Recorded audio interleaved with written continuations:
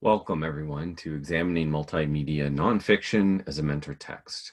I'm Troy Hicks. I'm a professor of English and Education at Central Michigan University, and I am a member of the EDCA Lab now for my second year. I'm very happy to be here with you, and sorry that we had technical difficulties with the live stream earlier. So today we are going to be thinking about how texts that are born digital, things that are produced specifically for the web and designed to be experienced on screen, can serve as mentor texts and can help our students become better readers and better writers. And so again, just a little bit more background information about me. I'm a professor at Central Michigan University, director of our Chippewa River Writing Project, site of the National Writing Project. I'm a former middle school language arts teacher, and I'm especially interested in the intersections of writing and technology. You can find out more information about me through Twitter or on my website. And certainly if you have questions or ideas, or you want to share some samples of student work or have a conversation, please reach out to me through my Gmail. So with all that, I want to begin this conversation today using a text that has gained some notoriety. It's called Snowfall. It was a multimedia piece that came out in 2012. And as this little summary from Wikipedia contributors suggests, it was one of the most popular pieces of journalism that moved things forward and led us to understand new ways and new things that we could see and do with technology in ways that, while they had been possible before, were something a little bit different. And in order to better understand this just a bit, we're going to watch the award acceptance from John Branch and his team that put this Snowfall piece together. And we'll just kind of let this speak for itself, and then we'll come back and think about what Snowfall can teach us as we're beginning to teach our readers and writers.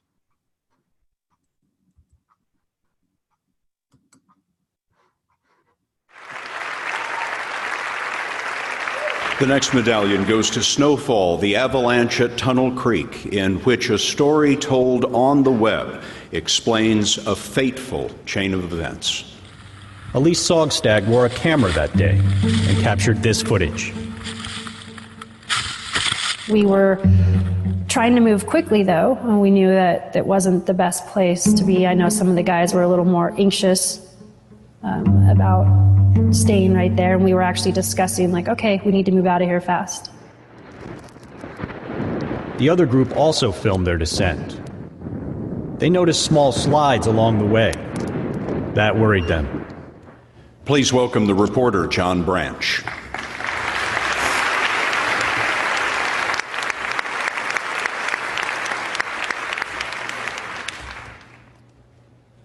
I know what everybody's out there is thinking is, who let the newspaper people in here? I am simply the front man for this. I had the gall to write 17,000 words about an avalanche, and fortunately I work for a company that said, let's enlist some of the most talented people in the business to help out telling the story. 4 of them are here with me. Becky Leibowitz, who's a photo editor, Hannah Fairfield, who did a lot of the graphics that you saw, Catherine Spangler, who's a video journalist, and Jackie Mint, who took all of our work and helped put it into Snowfall, which has since become a verb in our line of work to take a story, a long story, and make it look really, really nice. So thank you to everybody. We're thrilled, we're humbled, and hopefully we'll be back here again in the next few years. Thanks.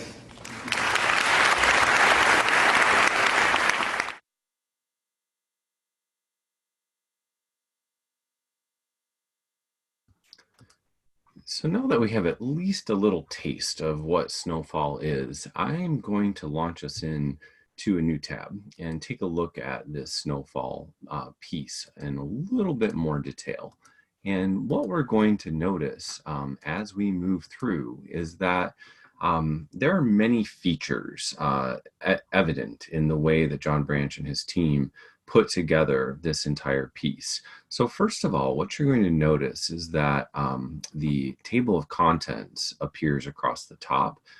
It's a responsive design where things are going to kind of move in and out. Videos will be evident, and maps will be evident. Photo galleries will be evident. And we're going to talk a little bit more about that in a few moments. Now, again, hopefully what you're able to find in the notes on this recording is that all of these links should be available to you, and you should be able to follow along with what we're doing. And we're going to talk again about these ideas of the responsive website design, the interactive maps, and the embedded images and videos, thinking about what it is our students can learn from Snowfall, both as readers as well as writers and digital producers.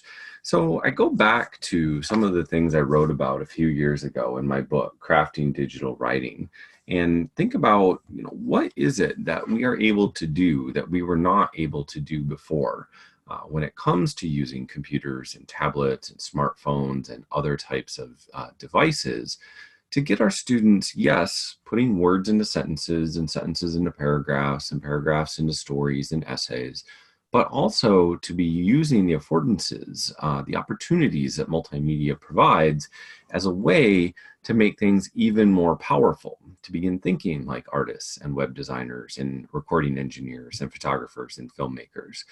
And so what I would like to do as we move through our conversation today is reiterate a heuristic or a protocol or a problem-solving device that I wrote about in Crafting Digital Writing and have shared in other places, called MAPS. And MAPS stands for the mode, media, audience, purpose, and not shown on this slide, situation. Mode generally refers to this idea of the genre of the text. Different scholars and rhetoricians argue a little bit about this, but at least in my world, and when I think about what typically happens in K-12 writing workshops, that makes the most sense. So again, if we look at the big three from the Common Core, we think argument, we think narrative, we think expository or informational, and then even within that, we have dozens of different subcategories that we could consider. With media, we are thinking about text and image and video and audio, as well as now more and more with virtual reality and mapping, spatial types of media, moving from one place to the next and helping our viewers think about what it is that they can experience, if not quite as authentically as being there, at least in some kind of simulation. For audience and purpose, I always think about the intended and incidental audiences and purposes, because usually something that children or students write in school is written for an audience of the teacher with the purpose of earning a grade. Yet, if we're going to ask them to compose multimedia, we want them to be thinking about when and how and why they're sharing those resources and sharing beyond the classroom, even beyond the school, beyond the community. What is it that we want them to be able to do? And so in the handout, you will see that I have added a couple of links. These are two tables that come out of the book, Crafting Digital Writing. One is to help us just kind of think about what it is that goes into a typical type of set of decisions that we would make for author's craft. So what are the things that we would typically want our students to be considering when they're looking at narrative text, when they're looking at argument or informational text? And for some reason, my PDF isn't scrolling, but you have the link to the whole item there. The other one then is a list of other affordances of digital writing, things that we can do in digital writing that we could not do with print alone. And again, going back to that quote and thinking about how we help our students to become designers and audio recording engineers and presenters and videographers, and thinking about all the other things that they're able to do, my hope is that those two resources will be really helpful for you. And again, the last part of the MAPS heuristic is the situation, thinking about the timing, the equipment, the software, the skills that the writer has, both as a writer, but also using these tools, and how can we best accommodate all our writers so they can work individually and collaboratively to produce a product such as Snowfall. So let's take another little look here. We're going to dive in and we're going to think just a little bit more about what Snowfall does. And had we been live, I was going to have us participate in an I think, I wonder type of an activity where you would have been responding on Twitter and sharing some screenshots. But I'm going to kind of whip through this pretty quickly right now. And again, you certainly have access to Snowfall and can go back and look at it later. So first of all, one of the types of affordances that we see in Snowfall is that we will often find where there are areas where there are embedded videos or audio clips. And now this one happens to also have the video right there on the screen, but some of them you click and then it takes you into that video clip. And so that's pretty neat. And again, with the responsive website design, just as a reminder, that table of contents keeps appearing. So certainly, just as we would be wanting to teach students all the normal nonfiction text features, table of contents, headings, subheadings, captions, images, things like that, just note that we have those same type of features here.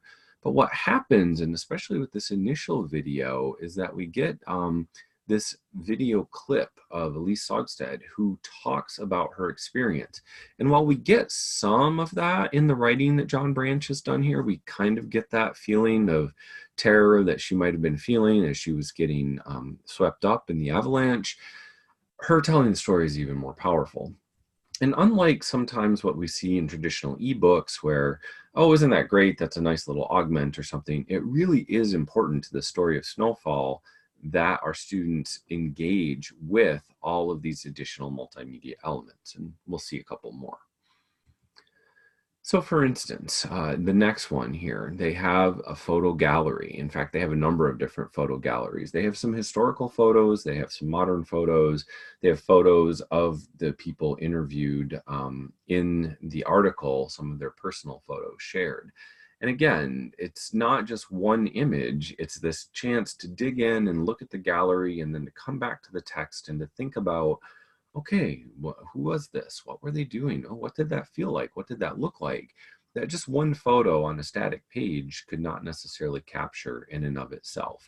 So strategically throughout the entire collection of pages on the Snowfall article, there are different places where those galleries appear, and they very easily invite the viewer in to take a look. They're all then captioned appropriately, and that makes for a very cohesive viewing experience that the reader can then take back to the text. Another feature of Snowfall is that we see interactive graphics and diagrams and ways that, again, John Branch and that entire team thought strategically about, well, we can explain some things in text, but sometimes an image and a moving image definitely speaks more powerfully than just words. So this, for instance, is a screenshot of a moving graphic, which you can see that they've added on the layers in the snow pack for that region. They do some close-ups and zooms on what that different type of snow looks like, and kind of telling about how that perfect condition for the avalanche was created. And again, these types of really thoughtful uses of video or animation are strategically placed throughout Snowfall as a way to help the reader better understand the totality of the story. Again, another nice feature that you'll see on multiple pages of the Snowfall article are some interactive maps. Now, this one is just at the beginning, and as you continue to scroll through the page, you'll get some video clips, some photos, even some little audio links where you can listen to the recordings of the people involved as they left voicemail messages and so forth. But you also get their trails mapped out on the mountain. Now, that's pretty cool, and I don't quite know that the tool I'm going to show in a little bit will allow us to do exactly that. But again, this idea of spatial literacy, of helping students build this story, build this argument, and thinking about where things are in space and time can become more possible. It's not something that we can do on a traditional 8.5 by 11 sheet of paper. And when we have these opportunities to make these types of literacies come alive with technology, it can help students, if done strategically, enhance the overall piece that they're creating. And then another piece that they have at the end, again, is where you're scrolling down. Again, you can listen to some of the recordings. They timestamp them so you know when they're happening. But also here, this little image where they kind of show where everybody ends up. And again, you've been looking at these maps and interacting with them, and then you see where the avalanche has come out and where all of the skiers are in this disaster, and it makes it even more real. Again, not to say that the words on the screen are not important and that sentences and paragraphs and the whole 17,000 word piece, as John Branch said, is crucial to the storytelling, but these pieces add just an additional element that makes it even stronger. So we think about all of that, and we think about all these pieces and parts of the puzzle that we would want our students to bring in to their own multimedia production. And I can imagine that one of the very first questions that might come up is, well, Troy, that's great, but chances are they're not going to have been in these situations. And if they wanted to use other films or maps or video clips or images or sound clippings, there's some issues with copyright. And yes, there are some things we would want to think about. One of the things I would like you to think about, and in a moment I'm going to have my colleague and mentor Renee Hobbs share here, is that as educators and as students, we have a wide degree of latitude with some things related to fair use. And again, in the handout, what you'll see is that you've got some resources, the Renee Hobbs video we're about to watch, and some resources from her media education lab on copyright.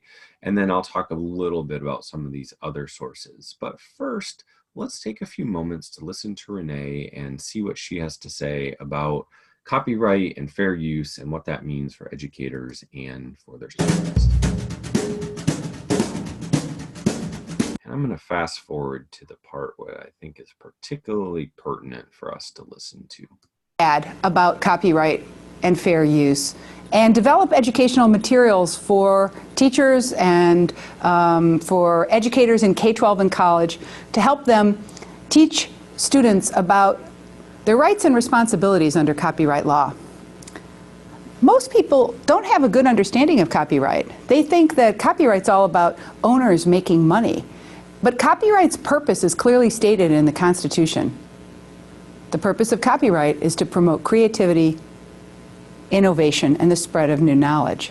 So, copyright protection is really strong in the United States. The minute you create something, you are the copyright owner, and you have the full force of the American legal system behind you. The right to distribute that work, to display that work, to perform that work, to create derivative works. You have a lot of control over the work that you create. And you don't have to file any forms, you don't have to pay any money. The power of copyright is granted to you and your students at the moment of creation.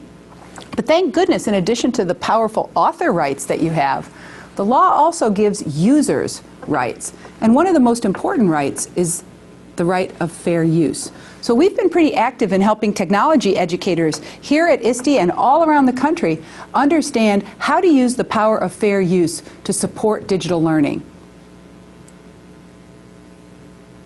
Now, what that means is that educators and students need to know how to be able to make a fair use determination. And that means reasoning through three essential questions. First, am I using the copyrighted work of someone else in a way that adds value or repurposes so that the new work that I'm creating isn't just retransmitting, but is actually creating something new? I need to be able to ask the question, am I using just the amount I need to accomplish my purpose?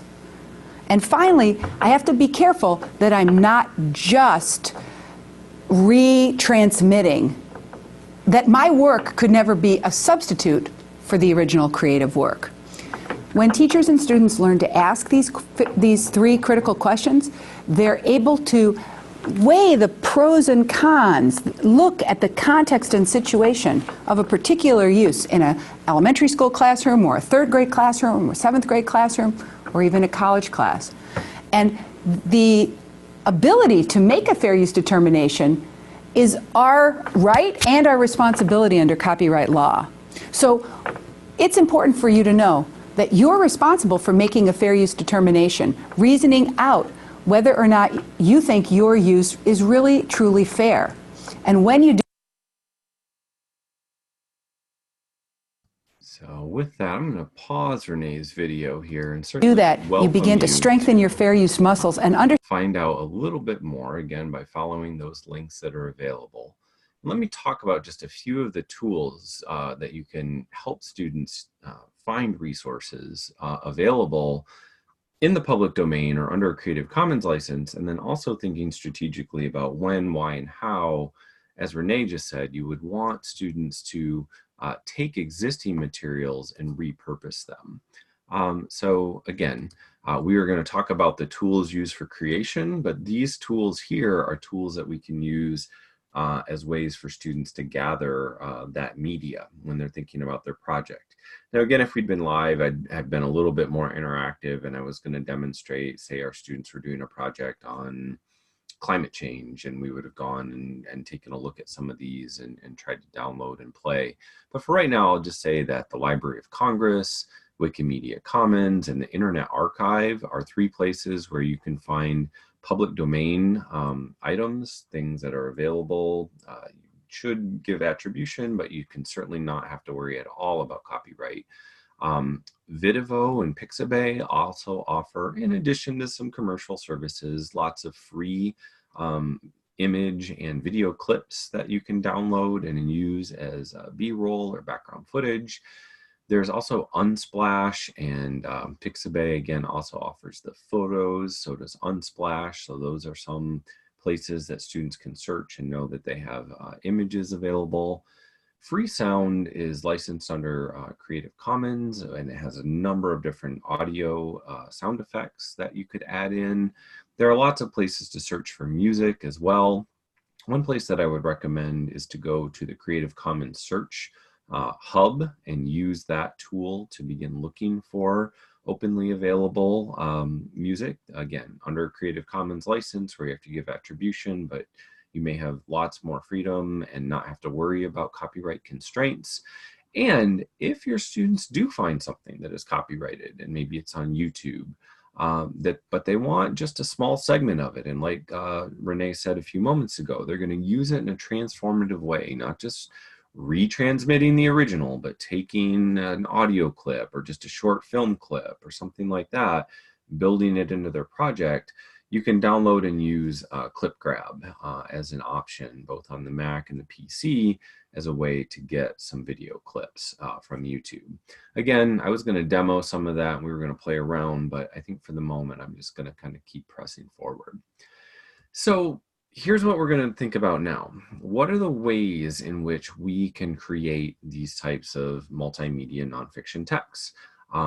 After we've looked at Snowfall or other pieces from the New York Times, perhaps for younger students, after we've looked at Wonderopolis, or we've gone to any number of other places that are producing high quality multimedia interactive materials. Well, three tools I wanted to mention today that I think are particularly useful. Number one, because they're all available for free. Number two, because they require just a single sign-on. So using your Google account, you can log into them very quickly and easily. But the number three, because they all do something really unique and useful, are Adobe Spark, Story Map, and Timeline. Let me talk about each one of them in just a little detail. And again, I was going to do a bit more of a demo and have some audience interaction, but I think I'm probably just going to talk through them. And again, know that you have the links available to all these tools right here. So let's begin with Adobe Spark. And one thing you'll want to know is that if you can talk to your technology director or IT person, you can actually get the premium, fully featured version of Adobe Spark for you and your students. What has to happen though is after you go to spark.adobe.com/edu, you would want to make sure that your IT director does this process, calling Adobe and making sure that they go through this getting started guide. Certainly you can have your students create this through their personal account, which is what I'm going to demo here very fast. And you could do this as well. But if you do that, you're going to be able to get all the premium features. So again, it has a single sign-on. The only thing that I want to share here quickly is that there are three types of things you can make with Adobe: posts, pages, which you may want to have your students embed their video on a page. But what you're really aiming to have them do is to create that video. So you can go in here and click video, or you can start from scratch and go to video, and then it will walk you through the rest of that process. So Adobe Spark is one place that you can go. It allows you to bring in your own images. One thing I would suggest for a project that's going to be longer and more complicated is that students actually save all their media assets in a Google Drive folder or someplace on their desktop. So it's easy to upload them and get them available and ready to go. And again, there are many tutorials on Adobe Spark online. So rather than kind of going through all that right now, I'm going to share some information about our next tool, which is Story Maps. And Story Map, as well as the tool coming after this, Timeline, are both created by the Knight Lab at Northwestern. So Knight Journalism, obviously major foundation committed to journalistic integrity and innovation. And the Knight Lab has produced these two tools, among a number of others actually. But we're going to talk today about Story Map and Timeline. So Story Map, what this allows you to do is actually create interactive stories. And again, rather than going through all the steps of modeling this, because there's tutorials and many things on YouTube you can search, let me just kind of show you what this looks like. So this is one about Manifest Destiny that is right on the Story Map page. What I like to say about Story Map is it's kind of the combination of a slide deck and a Google map, and it allows you to embed different pieces of media while also moving along in a map format. So you can put in images, you can put in YouTube videos, you can put in additional hyperlinks, you can put in a limited amount of text. You can see that you wouldn't want students putting too much text on any one slide, but that you would want them to be judicious about what they put, because they've only got so much space.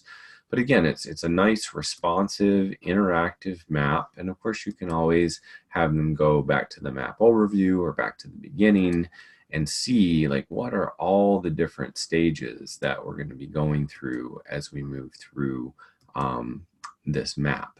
So similar to what you saw in Snowfall, not quite the same, but certainly something where we're getting kids again to think about spatial literacy, thinking about where their stories are happening and how and over what period of time, which then connects to our next tool. Our next tool is Timeline.js. So again, produced by the Knight Lab. It's probably a little bit more complicated than some of the other timeline building tools that are out there in the sense that you have to have students create from a Google Doc template. So they would click here. This would launch them into a new space where they make a template, and then they have columns and rows where they're filling in the events and the text and the exact dates in order for all that to generate into a nice interactive responsive timeline. So again, kind of like what you noticed with story maps, we again kind of slide through. We've got what we would typically be thinking about in terms of the content that would be on a slide deck presentation, but you also will notice that the timeline is moving along at the bottom, and we're moving through these different events. Again, we have some control on the timeline where we can scroll back and forth along the timeline as we are also looking at the events moving forward. All three of these tools are incredibly powerful.